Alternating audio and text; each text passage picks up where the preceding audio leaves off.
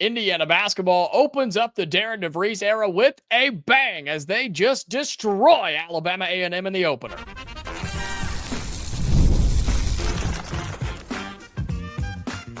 You are Locked On Hoosiers, your daily podcast on the Indiana Hoosiers. Part of the Locked On Podcast Network, your team every day.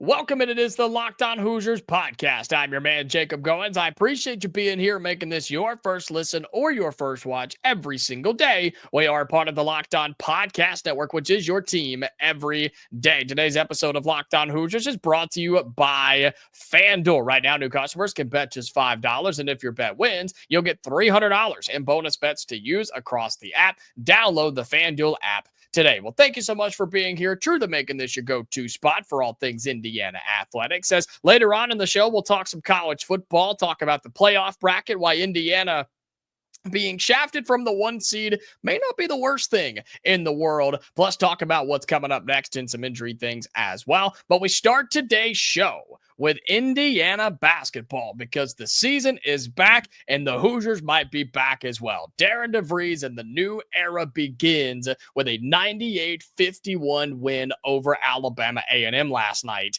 in Assembly Hall. And man, it was a ton of fun to watch. It was a ton of fun to talk about. Brian Smith and I did a live show of Locked On Hoosiers last night on the YouTube channel. So make sure you go back and check that out. We posted the audio on our audio feeds as well. So for those of you who are Spotify, Amazon listeners, you can find it there as well. And we were like giddy almost. I mean, it was just so much fun talking about this Indiana Hoosiers team because it just looked and felt different. It was different. It was exciting. It was fun. It was refreshing. And it was just something we haven't seen in several years in Bloomington. This was an Indiana team that ran. This was an Indiana team that moved the basketball. And this was an Indiana team that shot it well. They shot it often and shot it well. And we just didn't see that under Mike Woodson. And we had a good feeling because of what DeVries told us, because of what we knew his style to be at his former stops, and from what we've seen in the 5 games we've had a chance to kind of see and cover and talk about leading up to the start of the year. We knew it should be different. We knew that it was going to be very contrasting from what it's been in the past. But to see it on display with our own eyes was pretty remarkable. And again, we went over a ton of the stats and things on the live show last night. So be sure you go back and check a lot of that out. We, again, had a ton of fun. But the fact that you had 5 guys in double-digit scoring for Indiana in this game, and one of them coming off the bench is pretty awesome to me. Okay, you had guys like Reed Bailey, who had 21, LAMAR WILKERSON with 19, Tucker DeVries with 18, SAM ALEXIS with 17, Tatum Connerway with 14. Drop-off's pretty big right there. But those 5 guys played a hell of a game, and they did it in such different ways. Reed Bailey can shoot, put the ball on the floor, make back cuts, make passes as well. He's an all-around type of guy. Tucker DeVries, you saw why he's going to be one of the focal points offensively because he moves without the basketball. He can handle it well. He can shoot from just about anywhere. Tatum Connerway is just kind of that down and dirty, really good defensive guy. Can get to the rack, get to the free throw line as well. Hit both of his last night at the charity stripe. And then LAMAR WILKERSON, whose range is pretty much anywhere within 50 feet. I mean, that dude can hit it from the top seat of Assembly Hall if he wanted to. LAMAR WILKERSON is going to be awesome. I do caution, though, he shoots the ball a lot. Okay, he shot it 13 times, and so did Tucker DeVries. I do have a worry where if those guys get in some ruts and some slumps, then you could see a lot of aggravation because their shots aren't falling. They try to take more shoot, right? But that's where being unselfish, something Brian talked about last night, is going to have to come in. But the highlight has to be Sam Alexis in this game. The highlight has to be a guy coming off the bench, getting 17 points, 8 rebounds, 3 assists, couple of blocks, hit a 3, and went 4 for 4 at the line. The shooting numbers for this Indiana team were remarkable. And yes, it was against a bad team in Alabama A&M. How cool was this, Hoosier fans? The defensive game plan for Alabama A&M for the Bulldogs was to pressure IU shooters and run them off the three-point line. And that's pretty much what they did, except Indiana didn't run off the three-point line. They just sent dudes on back cuts and back screens and slip screens and had wide open layups and dunks. That's so awesome. That's so simple. That's so easy, but that's the right play in college basketball. Heck, not even college basketball. That's the right play in basketball, and Indiana did it. Indiana took what the defense gave them and said, if you're going to pressure us out wide, cool. We'll pound it in the lane and we'll make you pay because of it. And that's what Indiana did. It wasn't forced. It wasn't a forced bounce pass to the big man and see if he can score. No, this was wide open lanes and just paths to the rim. That's what Indiana did. And it was so awesome to see a defensive game plan say, man, we can't let this team beat us from three. Nobody said that last year. There wasn't a team in the world that would have played Indiana that way a year ago. But you bring in these juggernauts on offense, and it's a whole different ball game. I want to flip to the other side of the floor here before we move on and talk about the defensive effort and communication that Indiana had as a team. They have defense on their minds the entire time. Darian DeVries is a defensive guy. He's been that way when he was at Drake. He was that way at West Virginia. And he has said continuously that he is going to be that guy at Indiana. And they have bought into that, and they truly believe it. The best basketball teams have the mentality that they can't get on offense until they get a stop on defense. And that may sound elementary, but think about what I'm saying here for a second. The best teams in basketball have the mentality that they can't go do what they do on offense until they get a stop on defense. Not a made basket, right? Not a foul, not anything like that. A true stop. A missed shot, a turnover, shot clock violation, something like that. Offensive foul, right? That's what this team played like in this game last night. And if you carry that into a game against Marquette on Sunday and all your other non-conference games, good or bad, and then into Big Ten play, this team's going to be a lot of fun. And they have options. And you had 4 dudes who didn't even show up in this game because they were injured and weren't 100% ready to go. Indiana's got options on both ends of the floor, and this team's going to be a lot of fun to watch. Alabama A&M was not a good opponent, but it ramps up again on Sunday against Marquette, and that'll be our first true test to see just exactly how good this Indiana team can be under Darian DeVries. All right, well, coming up here on Locked On Hoosiers, as much fun as basketball is, we still got some football things to talk about because Indiana's the second-ranked team in the country on the gridiron, and they take on Penn State this weekend, and their playoff outlook is pretty good, if you ask me. We'll talk about that next here on Locked On Hoosiers. Today's episode of Locked On Hoosiers is brought to you by Supply House. When the opening whistle blows on a new repair, get your crew moving forward with Supply House. Order today and see parts on your doorstep literally tomorrow. Over 280,000 plumbing, HVAC, and electrical items for the most trusted brands in the business. Their real-time inventory and honest lead times keep you from punting on projects, while their industry-leading customer service always has your blind side covered. If you need parts fast for a project, Supply House has next-day delivery. Talk about a game changer. The part finder tools and 3D schematics can save you hours on jobs where every detail matters. Join the free Trademaster program today and score serious perks like priority shipping, lower prices, and a dedicated support line. Visit supplyhouse.com to sign up for free and use the promo code SHCollege5. That's SHCollege5 for 5% off your first order. That's supplyhouse.com. Real people, real service. All right, welcome back into Locked On Hoosiers. Appreciate you being here, making this your go-to spot for all things Indiana athletics. And make sure that if you are not already, to subscribe to the YouTube channel. We're growing like crazy. We're pushing 7,000 subscribers over here. So thank you so much for supporting the show any way that you do, watching every day, listening every day, commenting down below. All of those things help us out. So thank you so much for doing that.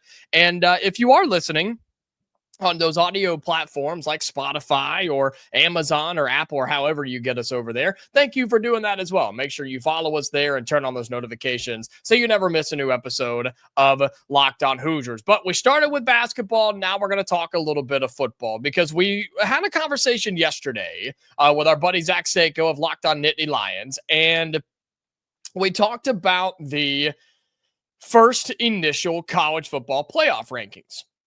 And we talked about Indiana being ranked second in the nation, which in itself, right, in a vacuum is a very big deal. And it's very important and it's very exciting. And I think that Indiana should be happy with where they are. I had a side discussion about I think Indiana's the best team in college football. I think that they deserve to be number one, but there's also the world that Ohio State's the reigning champ. They're still number one. They haven't lost. They've got some nice wins on their resume too. So it was going to be hard for Indiana to jump them in the initial college football playoff rankings. Now, here's what you have going for if you're Indiana. Ohio State still has Michigan on that schedule. If the Hoosiers get past the Nittany Lions of Penn State this weekend, you feel pretty good about beating Wisconsin and beating Purdue. Ohio State, clearly we know what thorn in the side Michigan has been in Ryan Day's career in Columbus, so you still have the opportunity to jump Ohio State in that aspect or in the Big Ten championship game if you were to play them and beat them. Again, we're going to have to wait and see what the committee does with conference championship games and whether teams play them, don't play them, take them seriously, don't take them seriously, right? But Indiana will have its chances to become the number one team in the country.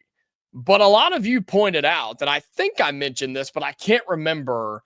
A lot of you pointed out the idea that, well, does Indiana want to be the number one team in the country? Because based off of the first college football playoff bracket, right, not just the rankings, but the bracket itself, you may have a little bit of an easier path if you are Indiana at the 2 seed compared to Ohio State at the 1 seed. Here's the difference, okay? Ohio State, if this were the bracket today, if we were playing the playoffs tomorrow, this is what the bracket would be. Ohio State as the 1 seed would get the winner of Oregon and Texas Tech. If they win that one, they would play a combination of Alabama, Georgia, and Memphis. So you would like to think, right, that Ohio State would play Oregon in their first game and then the winner of Alabama and Georgia. And look, as Indiana people and fans, I'm not scared of those teams, but that's a gauntlet to have to go through to beat Oregon and then either beat Alabama or the SEC, two of the best teams at or Alabama or Georgia, two of the best teams that the SEC has to offer. That's a lot, right? Just to get to the next round and try to get to a Final Four or a national championship game. For Indiana's sake, at the 2 seed, again, using the bracket that was released on Tuesday, you would get the winner of Notre Dame and BYU. I love your matchup and your advantages against Notre Dame. You get the rematch against the Irish from a year ago. BYU's talented, but I think top to bottom, you're a much better team than them. And then you would play some combination of the 3 seed Texas A&M, Virginia, or Ole Miss. So you would most likely also get a team from the SEC, either Texas A&M or Ole Miss. I think the Rebels of Ole Miss with Lane Kiffin have looked good. I think they've gotten some nice wins, but they're also vulnerable because Lane Kiffin is their head coach. And I'm still not a believer in Mike Elko, Texas A&M. I'm just not. Maybe they'll prove me wrong eventually, but I think they're very beatable. It took 41 points to beat Notre Dame. Sure, it was on the road, but it took 41 points to do so. I like that combination of teams a lot better. Again, Indiana could play this group of 5, okay? Texas A&M, Virginia, Ole Miss, Notre Dame, or BYU. I like our chances in all of those games, and you wouldn't see Ohio State until the very end. Ohio State's draw is Alabama, Oregon, Texas Tech, Georgia, and Memphis. I'm good. Let those teams duke it out up top, and we'll handle our business down below. Again, I'm not worried about any of those teams, and I trust Indiana to go in and prepare and be ready to go against anybody that they play. But it's fascinating that here we are talking about 1 versus 2 or even 3 versus 4. And we see this so often in different playoff settings. We see it in high school football a ton if you're in that world, and sometimes other high school sports as well. It's like, all right, here you are as the 1 seed, Ohio State. Here's your reward. Here come the Oregon Ducks. Oh, cool. You beat them. Here's Alabama or Georgia, the two teams that historically have dominated the SEC in the last decade. Like, that doesn't seem overly right. It doesn't seem overly fair. And this is going to change a little bit between now and the final college football playoff rankings. But you see where I'm coming from. A lot of you brought that point up, and I think it's kind of interesting. There's no easy path to a national championship, and it's even harder than it's ever been once you get into the college football playoff. But if you can have a round or two where you don't have to play the toughest team, the best team every single time, I'm not opposed to it. I'm not against it. And I trust Indiana to show up and prepare and execute the way that they always do. I'm saying it's not the end of the world if you get to play Notre Dame or Ole Miss or Virginia rather than having to play Texas Tech, Oregon, Bama, or Georgia. That's all I'm saying. And so, regardless, though, Indiana's going to try and win out. They're going to try and win a Big Ten title, and they're going to try and be the number 1 seed. And you'll get that. You'll have the target on your back. You'll be the top dog. You'll be the betting favorite to win it all. And then everybody's coming for you. And I'm curious on how Indiana handles that. We know Ohio State's not worried about it. They've been there, done that. But it's a fascinating conversation talking 1 versus 2, 3 versus 4, and then all these teams who were going to host the first round of the playoffs too. Fascinating to look at how different seeds could have some advantages coming up in this year's college football playoff. All right, we'll stick with football when we come back because an interesting question that's starting to circulate a little bit. Curt Cignetti's not going anywhere for Indiana, but in this coaching carousel, there are 2 guys that are very attractive on Indiana staff that could find themselves somewhere else. How do the Hoosiers keep them around? We'll talk about that next here on Locked On Hoosiers.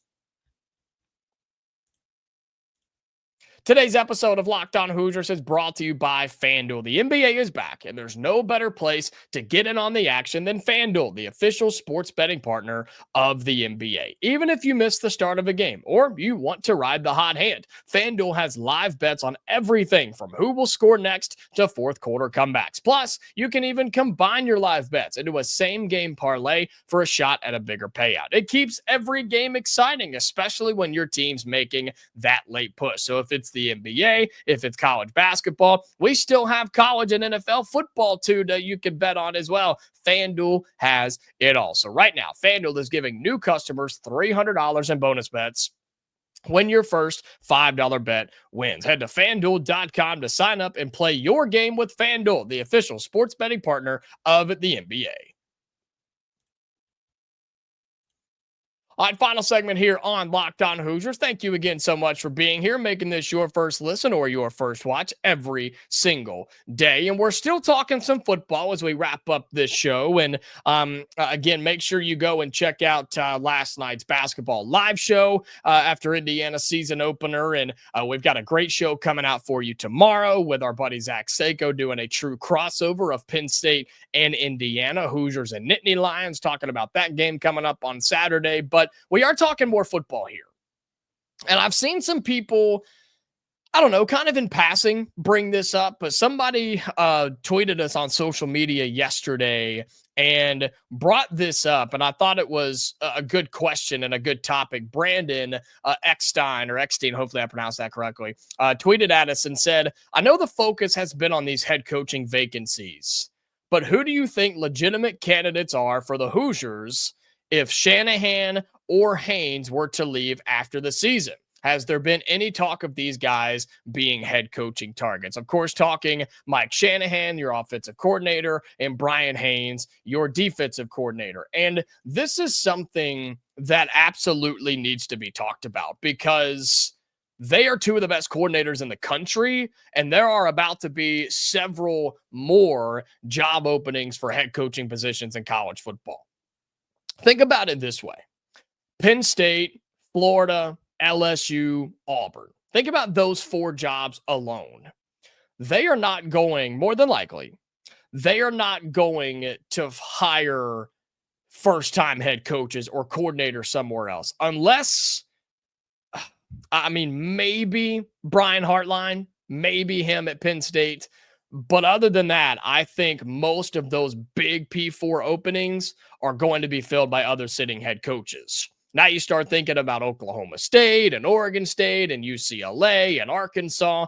They may go after some coordinators like a Brian Haynes or like a Mike Shanahan.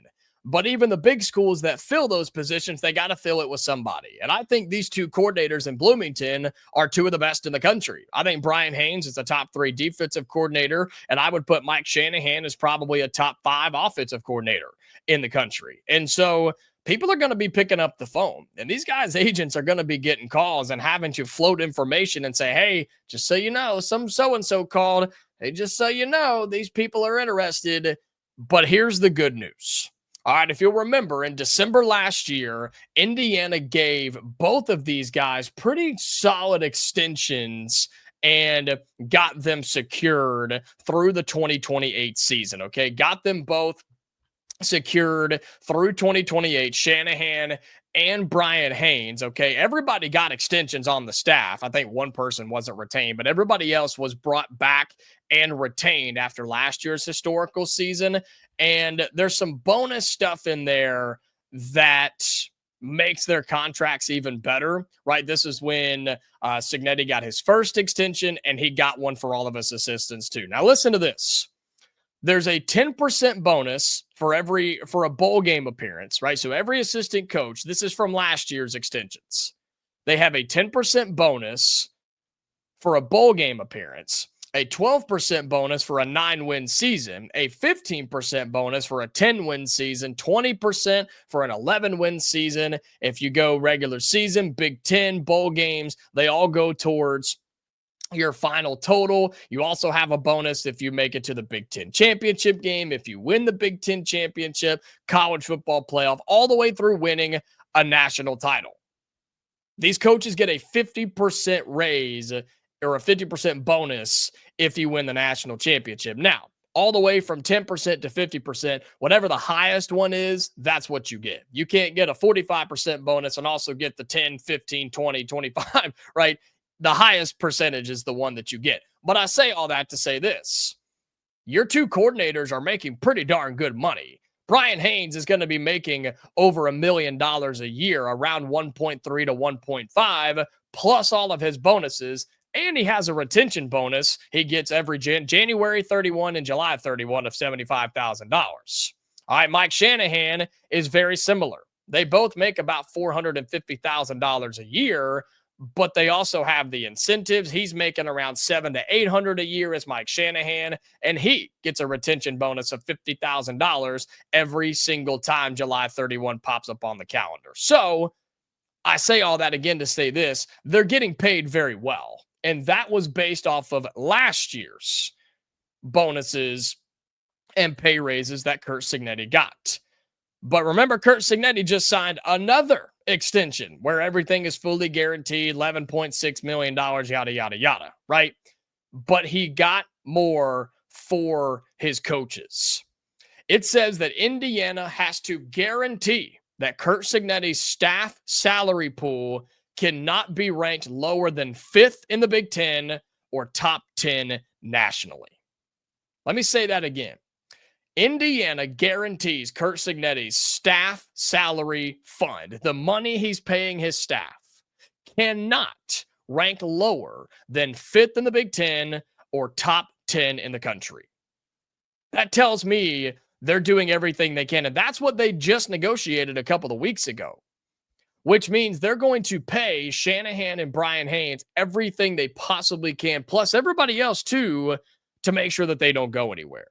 So if a big team comes calling and offers $7 million a year, sure, there's not much Indiana can do about that. And I think there's a world where that happens, especially if the Hoosiers make a deep run, right? You're on the national stage, and there may not be anything that Indiana can do about that. But man, if you're winning titles and these coordinators are making a couple mil a year, getting bonuses every year, and they're happy with what they're doing with only one side of the football, only recruiting one side of the football, not having all the head coach, CEO, media stuff to do too, right? There are people that don't want to deal with that. There are a lot of guys nowadays that don't want to deal with that. Some of them do, but some of them don't.